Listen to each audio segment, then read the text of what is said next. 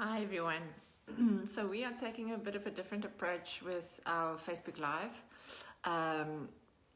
program and with our whole social media stance, and I'd love for you to let us know what you think. So I've had a conversation with somebody saying, to what extent is your persona as Mariheca the same in your personal life as it is in your business life? And the reality is, for me, it is pretty much the same thing. Okay, and that's why I could talk to you guys about Bali. I could talk to you about some of the pain that I've been experiencing in my own life. And today I want to share with you a very specific way of how to deal with things that you struggle with. And the model that I want to introduce is a little bit different. The model comes from the whole change process, but this time what I want to suggest, and I actually put my whiteboard here so I can talk to you and show you different things, like what I would do in sessions and what I would do when I speak to my own children. And one of the things that we know is that when we develop, when we grow, when we get better at anything, we never ever grow in a straight line. There's nothing like this. Our educational system, I hope you guys can see, our educational system is sort of structured that it's meant to show as if you grow in a straight line, but you don't. We don't learn in a straight line. We don't develop in a straight line. It's far more something like this, okay? It's little bobblekies, if you can see it. I hope you can see it. So the reason why I wanted to show you this is because often what happens is people go and they're on this trajectory where things are really, they're developing and they're learning, and then it's almost like you get stuck and it's almost like you're moving backwards. Now, what we talk about in the space and the work that we do, we talk about that's your pain point. So that point, I'm going to mark it on my little thing for you to show. So if you can see, I hope you can see, it's that point where you're starting to plateau or even going down. And what you want to do is you want to catch yourself right when that pain starts.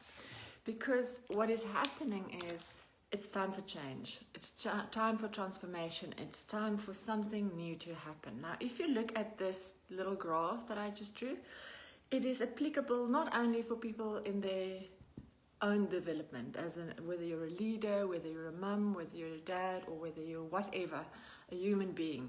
It's also applicable for groups and teams and organizations. So we as an organization often get involved when there's pain. So people will call me and say, something is changing in the organization, we're struggling with this or that, what should we do? And the reason why I get super excited about this phase is because if you can zoom into it, okay, so let me draw a little bit again. So if you could zoom into this little graph, I don't know if you can see where I made the little circle, and you zoom into that, it's like a mini change curve. And that's the change curve that I always talk to you about in terms of the Sarah model that I love, where you go through shock. So the Sarah model works like this. You've got your S, shock and anger and resistance, and then only acceptance, and then hope and healing. So what happens is we think, in our minds, we think, oh, I know what's wrong with me now. Oh, let me just fix it. Okay, so here is the solution, let me just fix it. But the reality is, it's never that simple. It's never just, you don't jump from realizing you've got pain to healing. There's a process that you've got to go through. And whether that's on a spiritual level, an emotional level, a physical level, there's a process that needs to go through. And the process, unfortunately, because it's something that needs to die, so something old that needs to be let go of, it's very, very similar to the loss process when you lose somebody or something really hectic happens to you. It's very, very similar, the pain and the emotional process that you go through. So the Sarah model explains this whole thing quite, I almost want to say, in a simple way, because the S is for shock, but the shock is not only the shock is almost denial, almost saying, no, it's not that bad, I can suffer some more. So there's a saying that says that people don't change, they only change when the pain that they're in is greater than the pain that they've got to go through. Okay, so remember what I said to you earlier, you can go down that curve and you can go and you can die, okay? You can end up in a ditch. There's an amazing Professor Pinard at Tigerberg that works with people with alcoholics, and he says that, and I really appreciate it, because what he says is, he says that some people have to end up in the ditch. They have to end up really losing everything before they change. But some of us don't need that. Some of us just need to be made aware of the pain that we're in and realize that this can potentially cost me so much more. So either I can continue in this horribleness, or I can change something.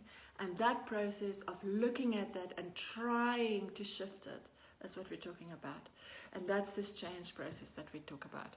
So I think so the whole focus of our week this week is to say pain is not a bad thing. So when you're suffering, when bad things happen to you, when the business is struggling, when you're getting clapped left, right and center, it's not a bad thing. And it's horrible, don't get me wrong, it's horrible, but it's not a bad thing. It's a good thing, because it gives us an opportunity to get better. It gives us an opportunity to grow. But we have to go through this process, and we have to get to a point where we can say, okay, this is okay. I accept that I have been struggling with this, and only in that moment are you able to say, okay, what now? What can I do now? I hope that makes a little bit of sense to you, and I hope it's been helpful. I think often we put so much pressure on ourselves to snap out of stuff, to snap out of change and just get over it, and here's the solution. And you often see it in couples, and your traditional sort of male-female couple, you'll find that the wife gets home and she just really wants to process something, and the partner will immediately go into solution mode. And what she's actually busy doing is she's going through that curve to say, wait a minute, I actually just need to grapple with this. I need to feel the pain. I need to feel irritated. I need to get through it before I can get to acceptance and the last hope or healing bit. It was fun chatting to all of you. And please let me know what you think about our social media and how we talk to you. For me, it's incredibly important that it's very real and it's empathetic and it is with integrity. So please let me know if there's something that we can do differently in the way that we share information and that's helpful information. Have a beautiful day. Bye-bye.